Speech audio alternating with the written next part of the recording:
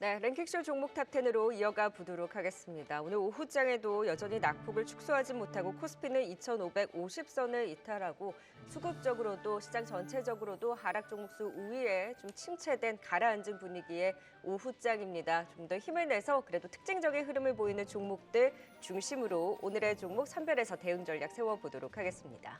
예, 오늘 이 시간 함께해 주실 분들이죠. 김덕호 주식회사 플래셔 대표, 변영인 기업공시연구소 대표, 류용민 캐스터 자리해 보셨습니다. 어서 오세요. 안녕하세요. 반갑습니다. 네, 랭킹쇼 종목 탑10 바로 시작해 보겠습니다. 먼저 10위부터 8위까지 보고 오시죠.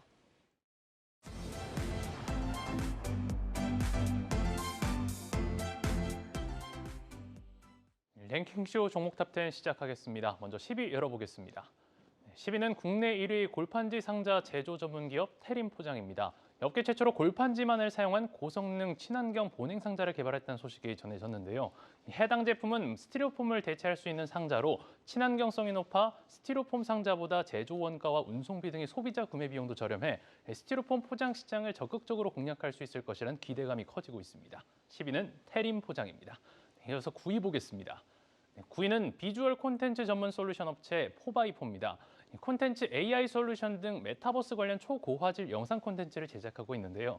애플이 혼합 현실 헤드셋 비전 프로를 다음 달 2일 미국 내 애플 스토어와 애플 스토어 온라인에서 판매할 예정이라고 밝히면서 관련한 기대감도 보이고 있습니다. 애플이 이번에 출시하는 비전 프로는 사실상 2014년 애플워치 이후 처음 내놓는 신제품인데 관련 종목들에 대한 기대감으로 이어지면서 포바이포가 오늘 급등세를 보였고요. 장중 변동성이 확대되는 모습을 보이면서 상승분을 많이 반납했습니다. 9위는 포바이포입니다. 이어서 8위 보겠습니다. 8위는 재생에너지 사업을 영위하는 ESG 전문기업 에코바이오입니다. 친환경 석유 대체 연료의 생산과 사용을 확대하기 위한 석유사업법 개정안이 전날 오후 국회를 통과하면서 투심이 쏠리고 있습니다. 그간 정유업계에서 우려를 제기했던 법적, 제도적 불확실성이 해소된 만큼 친환경 전환을 위한 석유업계 과감한 투자도 본격화될 것으로 기대되고 있는데요. 에코바이오가 8위에 이름을 올렸습니다. 네, 10위는 태림포장입니다. 이 스티로폼을 대체할 이 친환경 골판지 보냉 상자를 업계 최초로 개발을 했죠.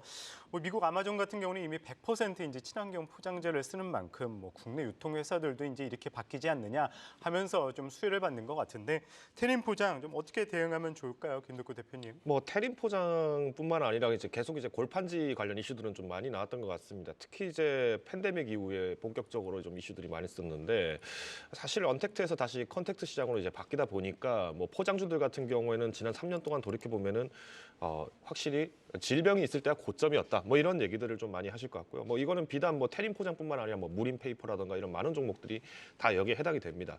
자, 거기다 더불어서 지금 이제 이번 정권에서는 이제 일회용품 사용에 대한 부분들에서의 제약들을 좀 조정을 했죠. 특히 이제 종이 빨대가 이제 굉장히 좀 많은 변화가 있었는데 과거 이제 이전 정권 같은 경우에는 친환경 소재로서 종이 빨대를 쓰자라고 얘기가 나왔습니다. 자, 그러면 실제로 이 종이 빨대를 써본 사람들 입장에서는 어떤 게 문제가 있었냐? 맛이 변질된다거나 빨대를 오래 못 쓴다던가 파손이 심하다던가 그리고 실제로 종이 빨대를 만들려고 숲을 또 다시 해치더라 이런 친환경 워싱이다 이런 논란까지 좀 나왔다고 좀 볼 수 있을 것 같은데 저는 오히려 태림포장이 지금 만들었던 보냉 골판지 같은 경우에는 그래도 종이 빨대보단 조금 더 실효성 있지 않을까라고 저는 좀 말씀을 드리고 싶습니다. 왜냐하면 우리가 이제 전통적으로 우리가 보냉을 하기 위해서 뭔가 이제 냉동식품 같은 걸 포장을 할 때는 우리가 스티로폼을 굉장히 많이 썼습니다. 근데 사실 이 스티로폼이 썩지도 않고 하다 보니까 이거를 처리하는 방식을 찾다 보니 밀웜이나 아니면 구더기가 이걸 먹고도 소화를 하더라 라면서 이제 재조명을 받기는 시작을 했습니다만은 가장 큰 문제는 부피입니다, 부피. 그러니까 우리가 똑같은 제품을 포장을 할 때 잔여 자리를 공간을 좀 더 확보할 수 있다라면은 똑같이 포장하는 입장에서도 훨씬 더 유용하다라고 좀 말씀드릴 것 같고요. 제가 예전에 대학생 때 이제 대학교 다니면서 그때 아르바이트 하면서 냉동 포장 쪽을 한번 해본 적이 있는데 거기 가서 스티로폼 하면은 굉장히 파손 돌리다가 스티로폼 잘못 붙고 이러면은 또 다시 돌려보내고 이런 과정들이 굉장히 좀 꼼꼼해집니다. 그러니까 해체를 하는 것도 힘들고 다시 포장하는 것도 힘든데 이런 과정들이 훨씬 더 일년에서는 쉬워지기 때문에 가능성은 있다. 다만 오늘 장중이 좀 워낙 빠지는 장인데다가 이런 장중에서 이슈성으로 좀 이렇게 상승했다는 부분에서는 조금 우리가 이 기술적인 바닥이 좀 어느 정도 만들어지는지 좀 기다려봐야 한다라고 저는 판단을 하고 있고요. 때문에 이제 오늘 만약에 매수하신 분이 계시더라면은 조금 당분간의 기다림은 좀 나와야 되지 않을까라고 보고 있습니다. 그래서 오늘 목표가는 제가 따로 제시는 드리지 않겠습니다만은 조정 이후에 이 종목에 대해서는 다시 한번 우리가 실적 전환까지, 즉 올해 하반기부터 해서 실제 이 제품들을 활용한 실적들이 견인되는지를 주목하시면 좋을 것 같습니다. 손절가는 2,800원 제시를 드리겠습니다. 네, 테마를 찾아 오늘은 또 포장 테마까지 움직임을 가져갑니다. 사실 좀 시총이 작다 보니 탄력적으로 움직이긴 합니다만 좀 단기 이슈일 가능성이 높다라는 의견 주셨고요. 자, 9위 포바이포로 애플 비전 프로에 대한 이슈도 체크를 해보도록 할까요? 특히 포바이포가 유독 강한 움직임을 보였고 4거래 연속 상승, 전일 같은 경우에는 출시일 확정 이슈를 받고 상한가까지 찍는 모습이었습니다. 다만 오늘은 추가 급등하다가 상승분을 상당 부분 반납하는 모습인데요. 가장 강하게 움직였던 배경과 또 오늘의 단기 고점 징후가 나오는 것인지 아니면 여전히 출시 전까지 기대가 유효한지 변영일 대표님 좀 어떤 의견이세요? 네, 우선 이 회사는 AI 화질 초고도화 솔루션을 기반으로 해서 지금 초고화질 콘텐츠의 제작 그리고 플랫폼을 운영하고 있는 회사입니다. 애플이 비전 프로의 출시를 좀 가시하면서 19일 사전 예약에 좀 돌입을 했고 다음 달 2일 정식 좀 판매를 하겠다라고 좀 발표를 했는데 지금 이 초고화질 콘텐츠를 제작하고 있는 이 회사의 경우에는 사실 메타버스 향에 대한 어떤 콘텐츠 수혜 기대감으로서 어제 상한가 안착을 했고요. 오늘도 24%대 상승한 이후에 현재 상승폭을 좀 반납하면서 3.2%대 지금 상승 흐름을 좀 보이고 있습니다. 다만 주가의 기술적 분석 지표에서는 지금 RSI 지표 과매수 구간 진입에 따라서 일부 차익 매물이 좀 되돌림되는 현상이다라고 좀 판단되지만 아직 추세적으로는 추세가 좀 이탈된 것은 아니기 때문에 추가적인 상승은 좀 유효하지 않겠는가라고 판단을 해봤고요. 우선 또 CES 2024 이번에 혁신상 두 건에 대해서 수상을 좀 앞두고 있는데 지금 화질 고도화 기술이라고 불리우는 이제 픽셀 이 부분과 여기에 고화질 컨텐츠 부분이 두 개 부분의 혁신상을 좀 수상하고 있기 때문에 관련한 모멘텀도 주시해 볼 필요가 있지 않을까라고 판단해 봤습니다. 비전 프로 출시 기대감들이 단순한 일회성 수급 이후에 여기서 들어가는 초고화질을 구현되는 컨텐츠의 공급 그리고 여기서 부과될 수 있는 수혜 그리고 삼성전자의 경우에도 하반기 XR 글라스의 출시를 좀 예고하고 있기 때문에 관련한 초고화질 컨텐츠에 대한 수요는 지속적으로 좀 증가될 수 있다. 지난 2월이었죠. 22,350원 신고가 영역 이후에 지난해 10월 31일 저가 형성을 좀 했지만 최근에 241선을 강하게 좀 돌파를 해주면서 지금 기술적 지표상에서는 추가적인 상승 구간은 여러 가능한 구간이 아닐까. 다만 지금 12,000원대를 좀 탄탄하게 좀 지지해 준다면 추가적인 상승이 가능하다는 관점에서 저는 단기적 목표가 16,100원을 제시해 드리고요. 손절가 1,500원을 제시해 드리겠습니다. 네, 애플 비전 프로 이슈지만은 앞으로 초고화질 콘텐츠 계속 나올 수 있는 만큼 추가 상승 유효하다. 포바이포 또 들어봤습니다. 이어서 8위 에코바이오 살펴보도록 하겠습니다. 전날이었죠. 이 석유 사업법 개정안 관련해서 이 통과가 되면서 오늘 조금 수혜를 받는 모습인데 단기 이슈로 봐야 될까요? 어떻게 바라보십니까, 김대표 대표님? 당연히 이제 우리가 바이오 산업, 바이오 에너지 관련된 부분들의 수요들은 이번에 법안이 개정된 게 사실은 실제 이제 전용되는 이제 사용을 하는 바이오 에너지에 대해서 특혜를 마찬가지로 부여를 하겠다라는 점이 이제 국회 통과되다 보니까 에코바이오 같은 종목들이 좀 이렇게 상승하지 않았나라고 좀 판단을 하고 있습니다. 물론 이제 과거에도 정유사들도 이런 바이오 에너지에 대한 투자들을 계속 안 한 것은 아닙니다. 예를 한번 들어볼게요. SK 이노베이션 같은 경우에도 리뉴어블 나프타라든가 이런 걸 활성화를 하면서 독일 등지 이제 수출을 한다든지 이런 이슈는 사실 2022년도 전부터도 계속 이제 거론이 되어 왔습니다. 그런데 실제로 이렇게 제품들을 만들어서 수출을 하지만 정유 사업이라는 이유 안으로도 사실 여기에 대해서 좀 기존 사업이 정유 사업에 한정이 돼 있다 보니까 석유 사업법 안에서는 특혜를 받을 수 있는 방법이 없었다는 거죠. 그러니까 쉽게 말씀드리면 생돈 내고 내가 억울하게 내가 하지만 세상이 지금 친환경을 요구하니까 이거 해야 된다. 이게 어떻게 보면 선두주자로서는 사실 정유 화학 업종들이 여기에 대해 먼저 나갔다는 거죠. 지금은 이제 비상장 주식으로 거래가 되고 있지만은 HC 현대오일뱅크 같은 경우에도 블루수소라든가 아니면은 화이트바이오 친환경 소재 쪽에서는 과감하게 투자를 하겠다라는 게 지금 올해부터 계속 이슈가 되고 있죠. 자, 그러면 우리가 이제 에코바이오라는 기업을 봤을 때 사실 팜유라든가 폐식용유라든가 이런 걸 활용해 사용해서 만드는 어떤 이제 바이오 에너지를 이제 주목을 한다면은 당연히 에코바이오 같은 종목들은 오늘 장중에선 충분히 수혜를 받을 수 있다라고 저는 보고 있고요. 특히 오늘 좀 이렇게 급등을 한 종목들 중에서는 그래도 에코바이오는 실적 개선세가 조금 빠를 수 있다라고 좀 말씀드릴 수 있을 것 같습니다. 그 원인이 뭐냐면 에코바이오 같은 경우에는 사실 이런 어떤 기술적인 접근이 좀 필요한데 오히려 부채 비율이 상대적으로 낮은 비중이 크다라는 점이 좀 안정적이라고 볼 수 있을 것 같고요. 때문에 만약에 이런 종목을 이제 접근을 하신다면은 뭐 내일 장중에서도 좀 매물 출현은 나올 수 있다라고는 보고 있습니다만은 우선 1차 목표가로 8,500원을 돌파를 하는지에 대한 부분들이 나와야 될 것 같습니다. 당연히 여기에 대한 실적 부담감들은 조금 1분기 내에서는 좀 조정 여파가 있다라고 저는 판단을 하고요. 하반기 전에 만약 8,500원을 먼저 도달을 한다면은 과감하게 엑시트를 하시는 것도 하나의 좋은 전략이 될 것 같습니다. 손절가는 6,500원 제시를 드리겠습니다. 네, 에코바이오까지 살펴봤습니다. 계속해서 7위와 6위 종목 어떤 종목 올라와 있는지 알아보겠습니다.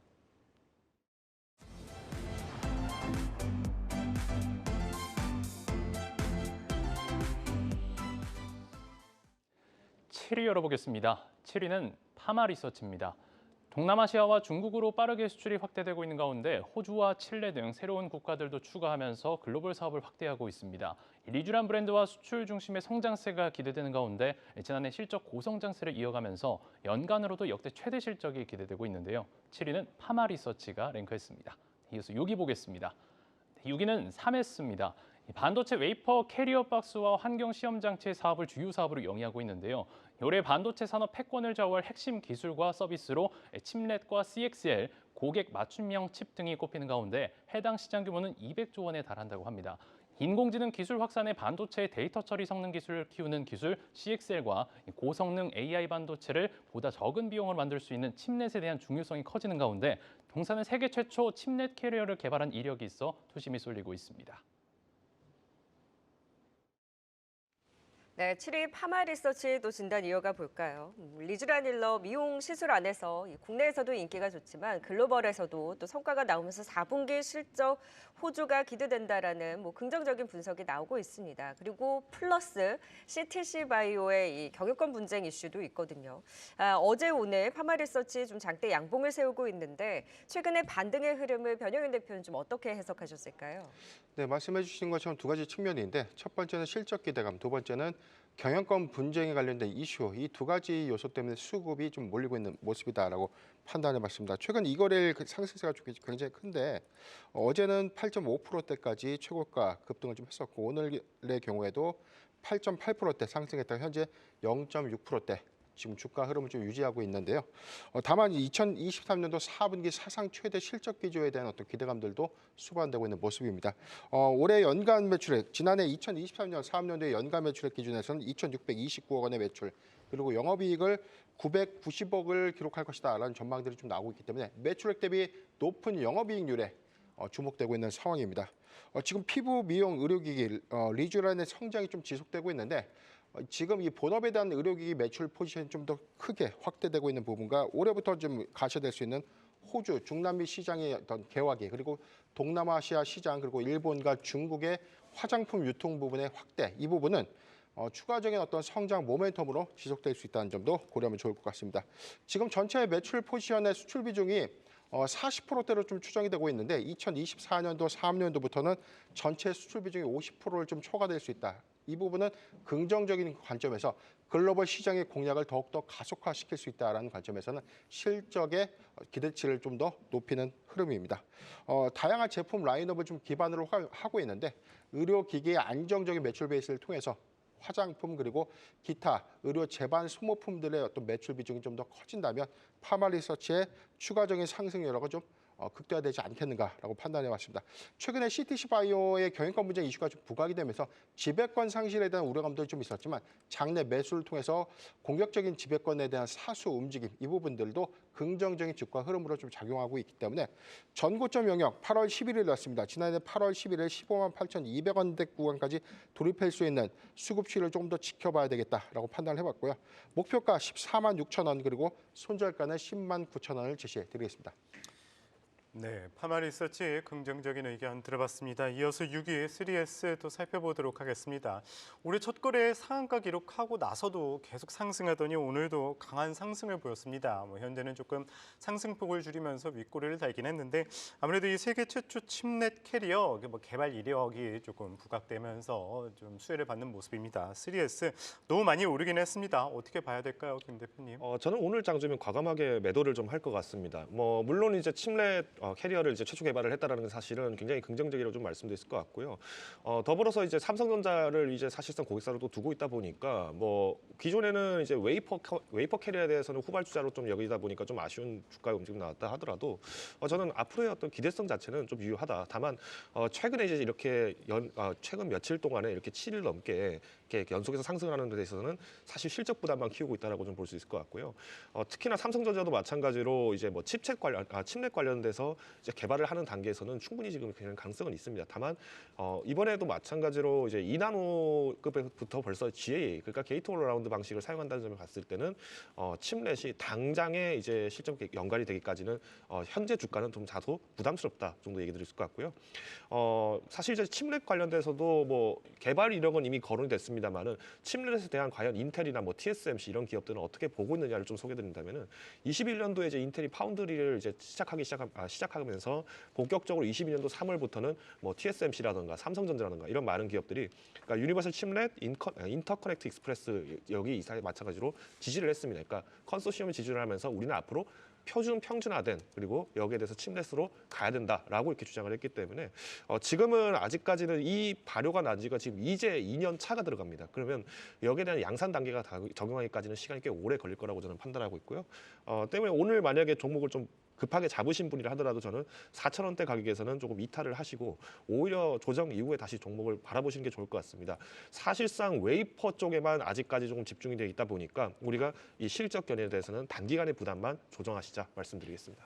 네, 일단은 적절히 좀 수익 실현하고 가자라는 의견을 주셨습니다. 뭐라고 읽어야 되는지 저도 궁금했는데 3S가 일단 공식 명칭인 것 같습니다. 6위 3S까지 투자 포인트 들어봤고요. 다시 한번 화면을 통해 정리하고 가시죠.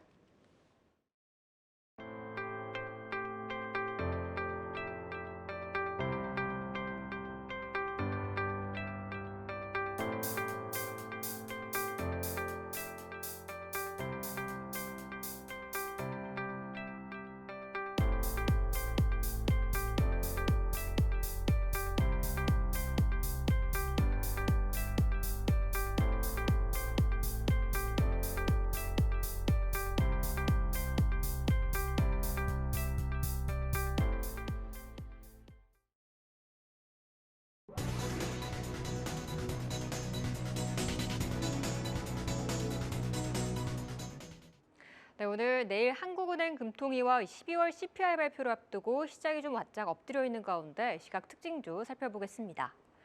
윤 대통령이 민생토론회에서 노후주택들에 대한 재개발, 재건축 규제 확 풀어버리겠다는 강한 발언을 했습니다. 오늘 건설주들 꿈틀거리고 있는데요. 그중 DLNC는 4분기 호실적이 기대되며 주주 환호 모멘텀까지 유효하다는 분석이 나오고 있습니다. 오늘 가장 큰 탄력 받아가면서 52주 신고가 터치한 가운데 4.7% 오르고 있습니다.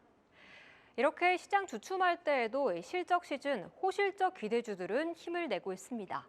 대표로 화장품 관련주 오늘도 고공행진을 보이고 있는데요. 그중 네오팜은 저출산 정책에 대한 기대감까지 더해지면서 오늘 강한 탄력 보이고 있습니다. 52주 신고가 경신한 가운데 현재 상승폭 키우면서 7.4%의 강세 나타내고 있습니다. 이번 주 글로벌 행사들이 많이 열리고 있습니다. 이 JP모건 헬스케어에서 동아ST가 이스라엘 바이오 회사 11 테라퓨틱스와 RNA 기반 유전자 치료제 개발을 위한 업무 협약을 체결했다고 밝혔는데요. 합성 신약을 넘어 유전자 치료제 시장까지 역량을 확장할 전망입니다. 오늘 연이틀 기관 매수 들어오면서 현재도 장대 양봉 그리고 있습니다. 지금까지 이 시각 특징주 살펴봤습니다.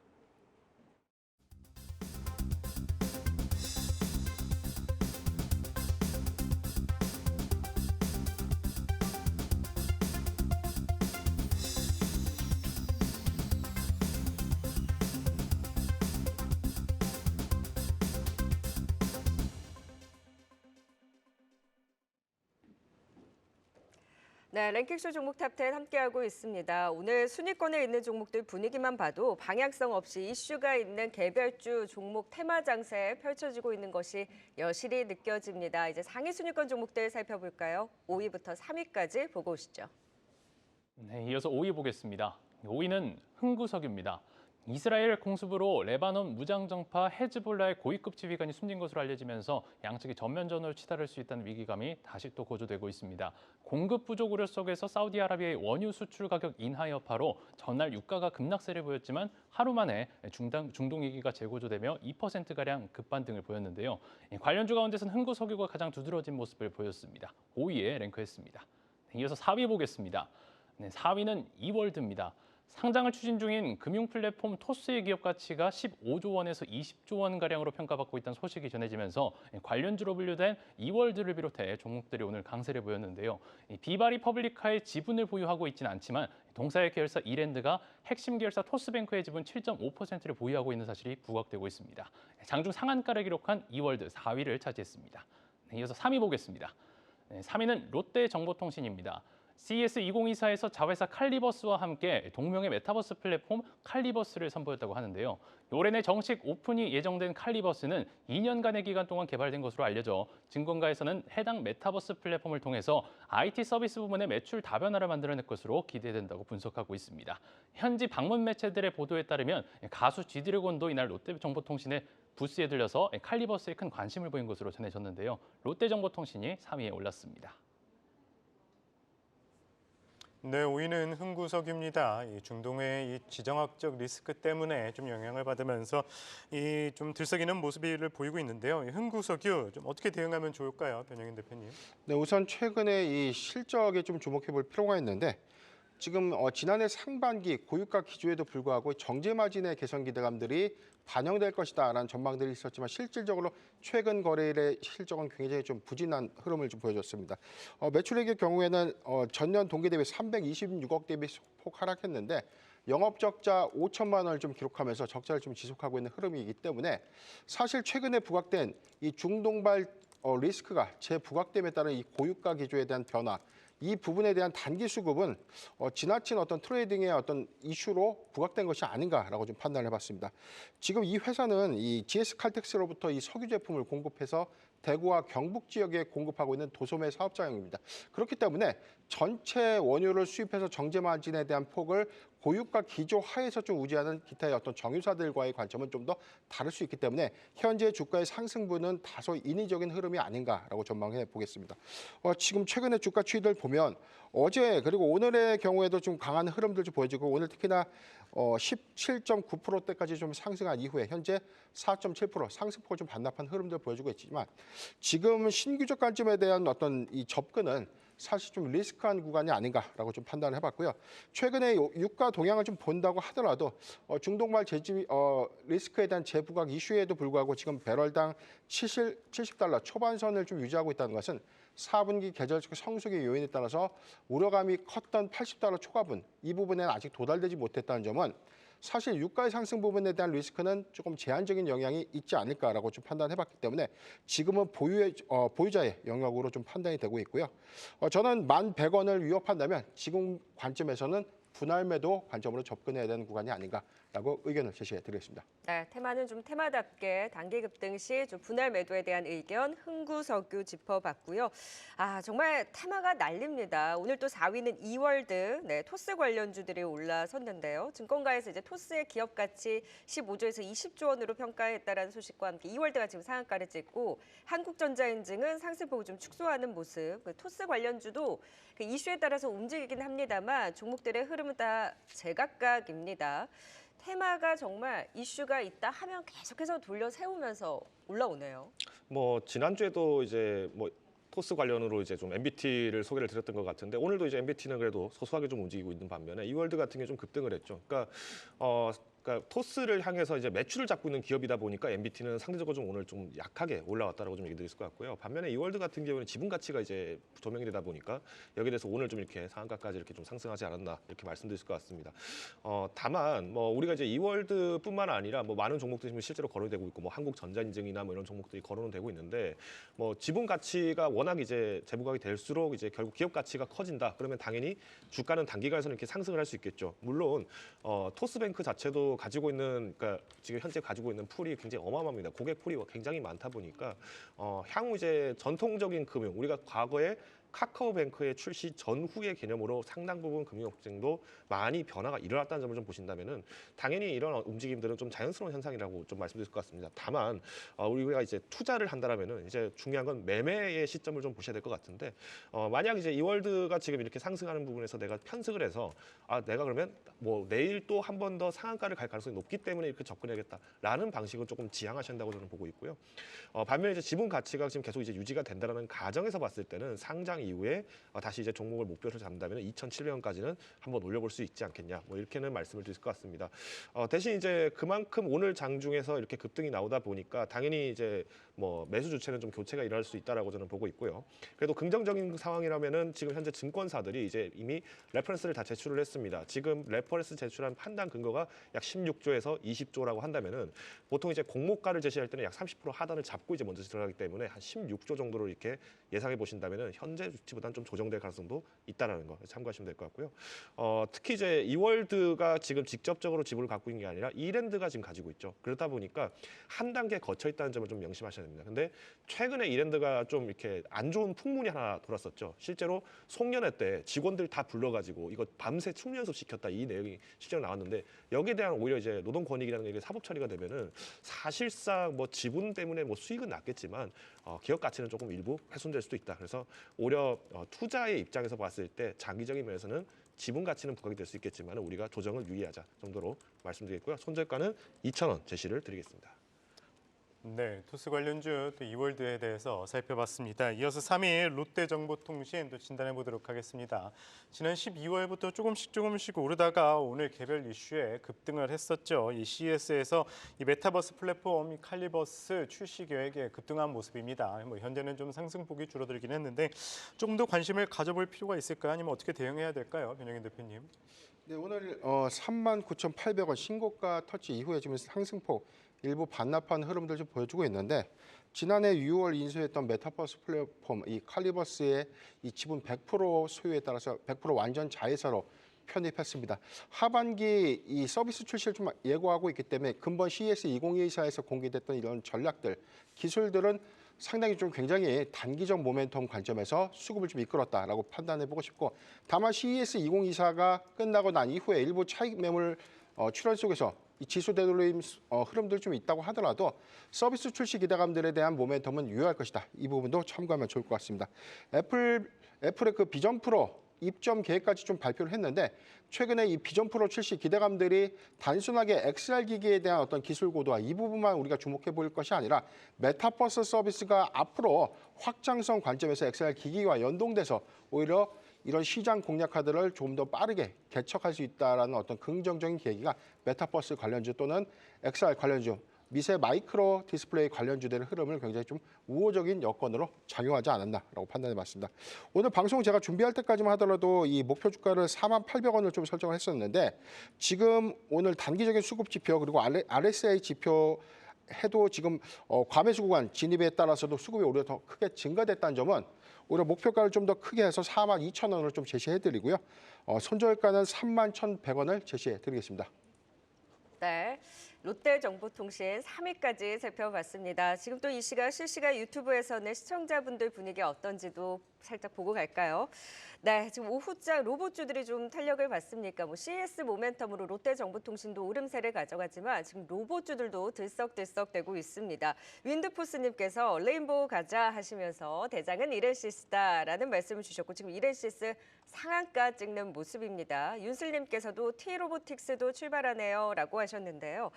지금 로봇주들의 반등을 다들 또 지켜보고 계십니다. 오후장 로봇주들 지금 한종희 삼성 부회장이 로봇 로봇 사업을 세게 밀고 있다. 지금 CES에서도 AI 로봇 볼리를 깜짝 공개하고 또 연내 출시를 언급을 하고 시사를 하면서 삼성 관련한 로봇주도 훈풍을 받고 있습니다. 대표적으로 이렌시스가 가장 탄력이 좋고 레인보우 로보틱스도 움직이고 있는 가운데 지금 자체 이슈가 있던 T 로보틱스도 함께 움직임을 가져가고 있습니다. 시장의 지금 테마 장소 속에 갈팡질팡했던 수급이 이슈가 나오면 바로 따라붙는 모습, 로봇주 오후장 대단합니다.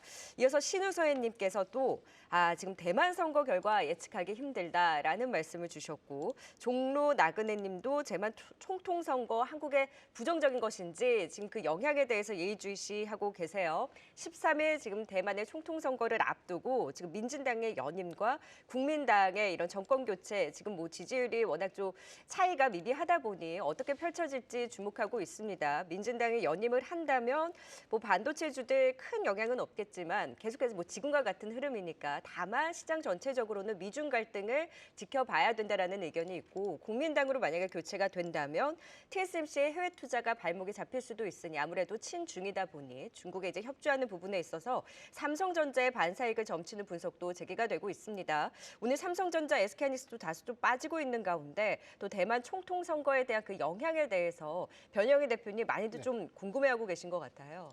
우선 지금 중국 정부에서 공언을 좀 했던 것처럼 현재 집권 여당이 승리를 하게 된다면 5월 이내 군사 행동을 좀 예고하겠다. 그리고 오늘의 경우에는 뭐 대만산 농수산물, 뭐 기계류, 자동차 부품 등에 대한 관세 감면 혜택을 전격적으로 좀 중단하겠다라고는 뭐 반협박성 메시지를 좀 제출한 바 있었는데 지금 양쪽이 어떤 쪽에 사실 뭐 집권을 할 것인가 좀 다소 좀 우세하는 쪽은 현재 집권 여당이 조금 더 우세하다라는 어떤 여론조사도 좀 확인을 좀 했었고요.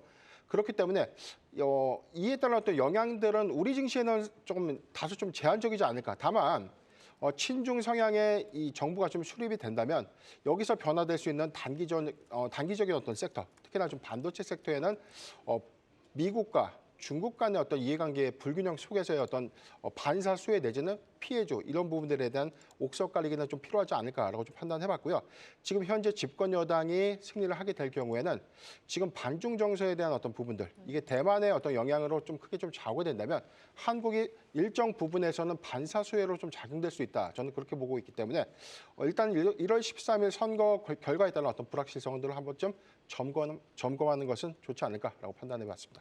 네, 뭐 삼성전자 실적 쇼크에 대한 영향도 있습니다만 대만 이 선거에 대한 결과도 예의주시하면서 일단 삼성전자 하이닉스를 비롯한 반도체 좀 주춤한 흐름이 아쉽습니다. 계속해서 있는 이벤트에 대한 영향도 지켜보면서 좀 대응 전략 세워보자라는 의견까지 주셨습니다. 네, 시장은 계속해서 뭐 힘은 없는 상황입니다. 오늘의 2위와 1위는 또 어떤 종목이 차지했는지 바로 확인해 볼까요? 지금 바로 공개합니다.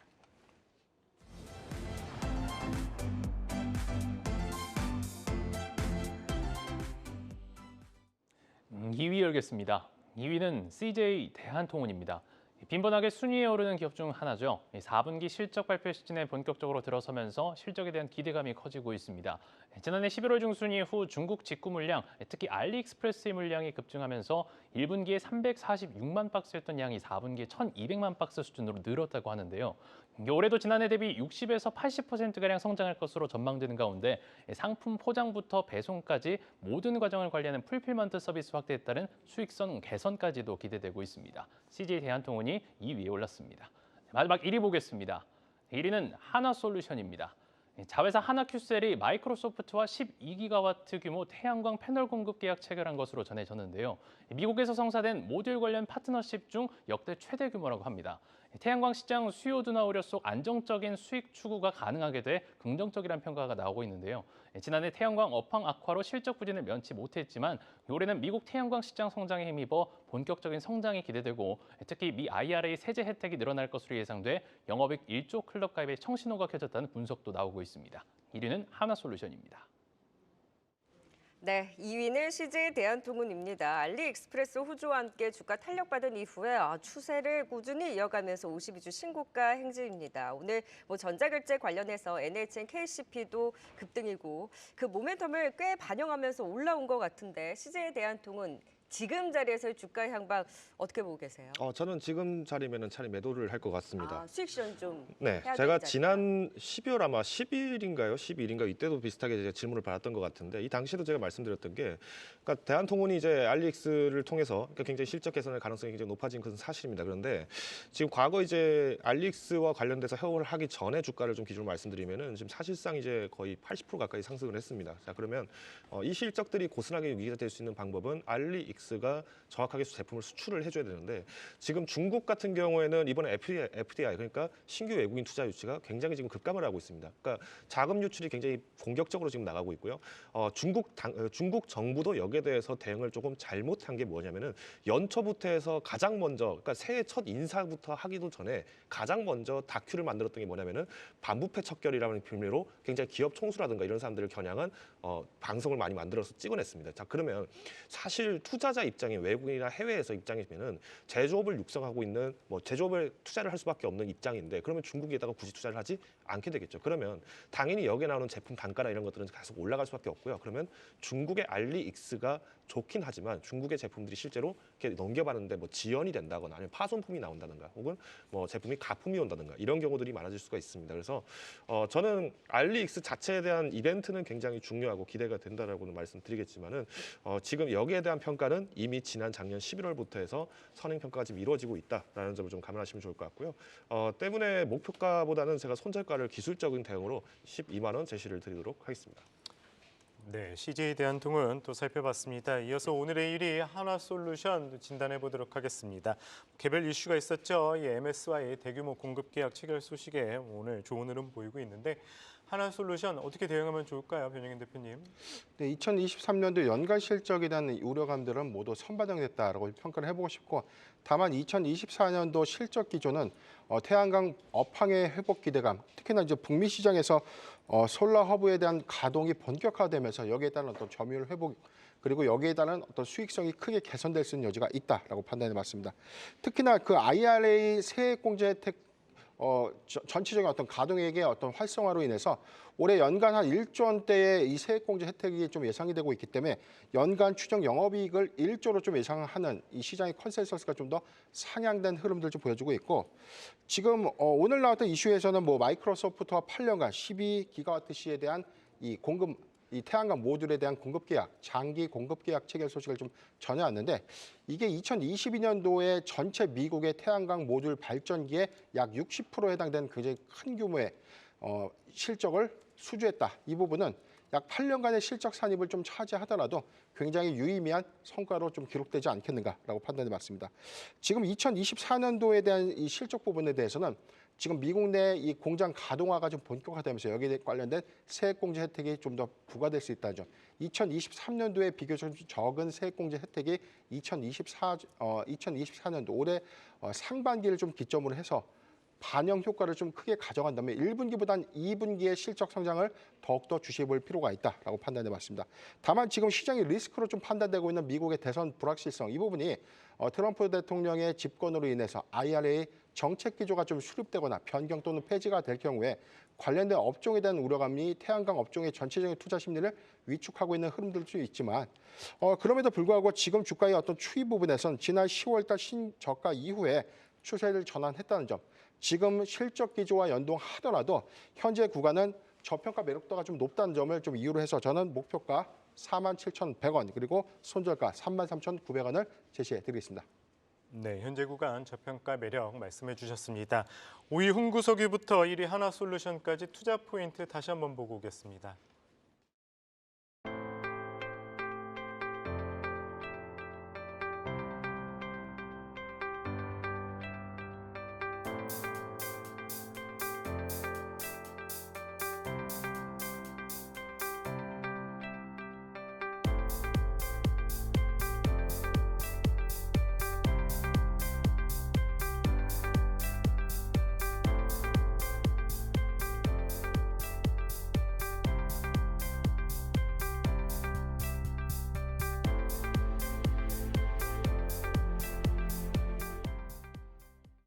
네, 오늘은 수요일 실시간 시청자 참여 베스트 댓글 선정하는 날입니다. 오늘의 당첨자는 바로 종로 나그네님입니다. 하대에 나가는 주소로 연락처 남겨주시면 한경 매거진 1년 구독권 보내드리니까요. 앞으로도 많은 참여 부탁드리겠습니다. 네, 오늘은 김덕호 변영인 대표와 함께했습니다. 말씀 고맙습니다. 고맙습니다.